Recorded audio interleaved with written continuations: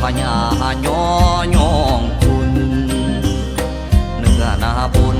ระลึกถึงนอบน้อมย่อยกใส่เสียนปะเลียนจอมมา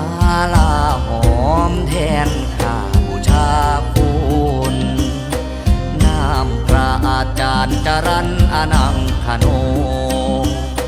สาวโกพอมผิดวิสิสุน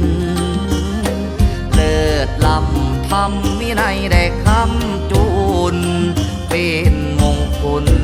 งามอาจพระศาสนาทรงผู้มีศีลคุณบุญเกินใส่เลื่องเมืองห้องทองอุตสางามแล้วสมแก้วพระรัตนาปลูกศรัทธามหาชน